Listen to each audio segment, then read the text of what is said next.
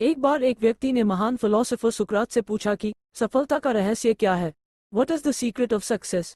सुकरात ने उस इंसान को कहा कि वह कल सुबह नदी के पास मिले, वहीं पर उसे अपने प्रश्न का जवाब मिलेगा। जब दूसरे दिन सुबह वह व्यक्ति नदी के पास मिला तो सुकरात ने उसको नदी में उतरकर नदी गहराई की गहराई मापने के लिए कहा। वो व्यक्ति नदी में उतरकर आगे की तरफ जाने लगा। जैसे ही पानी उस व्यक्ति के नाक तक पहुंचा, पीछे से सुकरात ने आकर अचानक से उसका मुंह पानी में डुबो दिया। वो व्यक्ति बाहर निकलने के लिए झटपटाने लगा, कोशिश करने लगा, लेकिन सुकरात थोड़े ज्यादा स्ट्रांग थे। सुकरात ने उसे काफी देर तक पानी में डुबोए रखा। कुछ समय बाद सुकरात ने उसे छोड़ दिया और उस व्यक्ति ने जल्दी से अपना मुंह पानी से बाहर निकालकर जल्दी जल्दी सांस ली। सुकरात ने उस व्यक्ति से पूछा, जब तुम पानी में थे तो तुम क्या चाहते थे?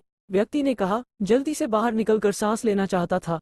सुकरात ने कहा, यही तुम्हारे प्रश्न का उत्तर है। जब तुम सफलता को उतनी ही तीव्र इच्छा से चाहोगे जितनी तीव्र इच्छा से तुम सांस लेना चाहते हैं, तो तुम्हें सफलता निश्चित रूप से मिल जाएगी।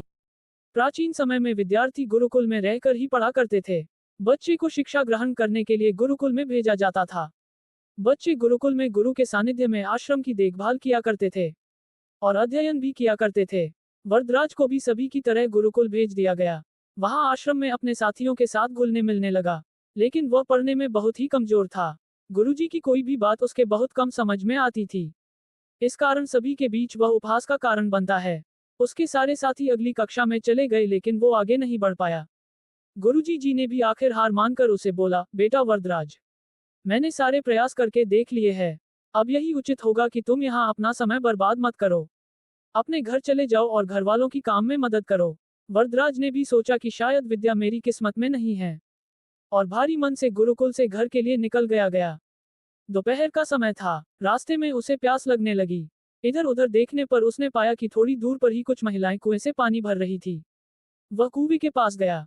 वहां पत्थरों पर रस्सी के आने जाने से निशान बने हुए थे, तो उसने महिलाओं से पूछा, ये निशान आपने कैसे बनाए?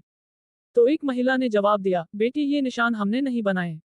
ये तो पानी खींचते समय इस कोमल रस्सी के बार बार आने जाने से ठोस पत्थर पर भी ऐसे निशान बन गए हैं। वरदराज सोच में पड़ गया। उसने विचार किया कि जब एक कोमल से रस्सी के बार बार आने जाने से एक ठोस पत्थर पर गहरे निशान बन सकते हैं, तो निरंतर अभ्यास से मैं विद्या ग्रहण क्यों नहीं कर सकता। वरदराज ढेर सारे उत्साह के साथ वापस गुरुकुल आया और अथक कड़ी मेहनत की। गुरुजी ने भी खुश होकर भरपूर सहयोग किया। कुछ ही सालों बाद यही मंदबुद्धि बालक वरदराज आगे चलकर संस्कृत व्याकरण का महान विद्वान बना, जिसने लघु सिद्धांत कौमुदी, मध्य सिद्धांत कौमुदी, सार सिद्धांत कौमुदी, गीर्वाण पद्मंजरी की रचना की। शिक्षा मॉरल। दोस्तों, अभ्यास की शक्ति का तो कहना ही क्या है। यह आपके हर सपने को पूरा करेगी। अभ्यास बहुत जरूरी है, चाहे वो खेल में हो या पढ़ाई में या किसी और चीज में। बिना अभ्यास के आप सफल नहीं हो सकते हो। अगर आप बिना अभ्यास के केवल किस्मत के भरोसे बैठे रहोगे, तो आखिर में आपको पछतावे के सिवा और कुछ हाथ नहीं लगेगा। इसलिए अभ्यास के साथ धैर्य, परिश्रम और लगन रखकर आप अपनी मंजिल को पाने के लिए जुट जाए। ओलंपिक में भारत को गोल्ड मेडल मिलने से हर भारतवासी खुशी से झूम उठा। बिंद्रा की जिद और जुनून ने उन्हें इस मुकाम पर पहुंचाया है। बैंकॉक में हुए वर्ल्ड शूटिंग चैंपियनशिप में बिंद्रा की टीममेट रही इंटरनेशनल शूटर श्वेता चौधरी ने कहा कि बिंद्रा ने जो कहा वह कर दिखाया। श्वेता मामूली अंतर से ओलंपिक टीम में जगह बनाने में नाकाम रहीं। श्वेता ने बताया कि बिंद्रा ओलंपिक गोल्ड के लिए पिछले 4 साल से अनवरत मेहनत कर रहे थे। बिंद्रा ने जो कहा वह कर दिखाया। ऐसे बदली दुनिया। श्वेता बताती हैं कि एथेंस ओलंपिक के बाद अभिनव के व्यवहार में चेंज आया।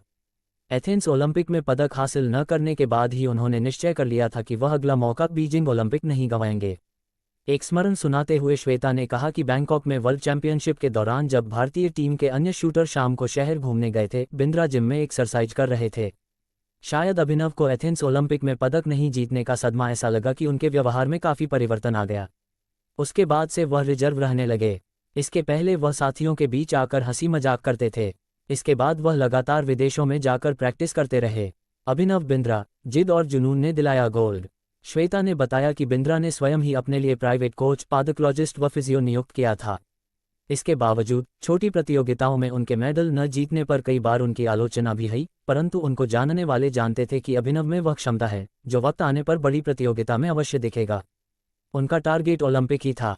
अब्दुल कलाम का जन्म 15 अक्टूबर 1931 को तमिलनाडु के एक गांव धनुषकोडी में हुआ था। इनके पिता मछुआरों को किराए पर नाव देते थे। कलाम ने अपनी पढ़ाई के लिए धन की पूर्ति हेतु अखबार बेचने का कार्य भी किया। डॉक्टर कलाम ने जीवन में अनेक चुनौतियों का सामना किया। उनका जीवन सदा संघर्षशील रहने वाले एक ऐसे व्यक्ति की कहानी है जिसने कभी हार नहीं मानी तथा देशहित में अपना सर्वस्व न्यौछावर करते हुए सदा उत्कृष्टता के पथ पर चलते रहे। 71 वर्ष की आयु में भी वे अथक परिश्रम करते हुए भारत को सुपर पावर बनाने की ओर प्रयासरत थे। भारत रत्न डॉक्टर अब्दुल कलाम भारत के 11वें राष्ट्रपति बने। वे भारत रत्न से सम्मानित होने वाले तीसरे राष्ट्रपति हैं। भारत के मिसाइल कार्यक्रम के जनक डॉक्टर कलाम ने देश को अग्नि एवं पृथ्वी जैसी मिसाइलें देकर चीन एवं पाकिस्तान को इनकी रेंज में लाकर दुनिया को चौंका दिया। एक बार एयरफोर्स के पायलट के साक्षात्कार में 9वें नंबर पर आने के कारण कुल 8 प्रत्याशियों का चयन करना था, उन्हें निराश होना पड़ा था। वे ऋषिकेश बाबा शिवानंद के पास चले गए एवं अपनी व्यथा उन्हें सुनाई। बाबा ने उन्हें कहा, बाबा शिवानंद का कहने का अर्थ ये था कि असफलता से निराश होने की आवश्यकता नहीं। यह असफलता आपकी दूसरी सफलताओं के द्वार खोल सकती है। तुम्हें जीवन में कहाँ पहुंचना है इसका पता नहीं, आप कर्म करो, ईश्वर पर विश्वास करो। डॉक्टर कलाम का जीवन हर उस नवयुवक के लिए आदर्श प्रेरणा स्रोत है जो अपने जीवन में एक असफलता मिलने पर ही निराश हो जाते हैं। डॉक्टर कलाम ने अपने सारे जीवन में निस्वार्थ सेवा कार्य किया। उनका राष्ट्र प्रेम और उनका देशभक्ति का जज्बा हर भारतीय के लिए सबक एवं प्रेरणा का पुंज है और हमेशा रहेगा। रामानुजन का जन्म एक गरीब परिवार में 22 दिसंबर 1887 को तमिलनाडु के इरोड कस्बे में हुआ था। उनके पिता एक साड़ी की दुकान पर क्लर्क का काम करते थे। रामानुजन के जीवन पर उनकी मां का बहुत प्रभाव था। जब वे 11 वर्ष के थे तो उन्होंने एस.एल. लोनी द्वारा लिखित गणित की किताब की पूरी मास्टरी कर ली थी। गणित का ज्ञान तो जैसे उन्हें ईश्वर के यहाँ से ही मिला था। 14 वर्ष की उम्र में उन्हें मेरिट सर्टिफिकेट्स एवं कई अवार्ड मिले। वर्ष 1904 में जब उन्होंने टाउन हाई स्कूल से स्नातक पास की तो उन्हें के रंगनाथा राव पुरस्कार प्रधानाध्यापक कृष्ण स्वामी अय्यर द्वारा प्रदान किया गया। वर्ष 1909 में उनकी शादी हुई। उसके बाद वर्ष 1910 में उनका एक ऑपरेशन हुआ। घरवालों के पास उनके ऑपरेशन हेतु पर्याप्त राशि नहीं थी। एक डॉक्टर ने उनका मुफ्त में ये ऑपरेशन किया था। इस ऑपरेशन के बाद रामानुजन नौकरी की तलाश में जुट गए। वे मद्रास में जगह जगह नौकरी के लिए घूमे। इसके लिए उन्होंने ट्यूशन भी किए। वे पुनः बीमार पड़ गए। इसी बीच वे गणित में अपना कार्य करते रहे। ठीक होने के बाद उनका संपर्क नेल्लौर के जिला कलेक्टर रामचंद्र राव से हुआ। वह रामानुजन के गणित में कार्य से बेहद प्रभावित हुए। उन्होंने रामानुजन की आर्थिक मदद भी की। वर्ष 1912 में उन्हें मद्रास में चीफ अकाउंटेंट के ऑफिस में क्लर्क की नौकरी भी मिल गई। वे ऑफिस का कार्य जल्दी पूरा करने के बाद गणित का रिसर्च करते रहते। इसके बाद वे इंग्लैंड चले गए। वहां उनके कार्य को खूब प्रशंसा मिली। उनके गणित के अनूठे ज्ञान को खूब सराहना मिली। वर्ष 1918 में उन्हें ट्रिनिटी कॉलेज कैम्ब्रिज का fellow of Trinity college Cambridge चुना गया। वह पहले भारतीय थे जिन्हें इस सम्मान पोजीशन के लिए चुना गया। बहुत मेहनती एवं धुन के पक्के थे।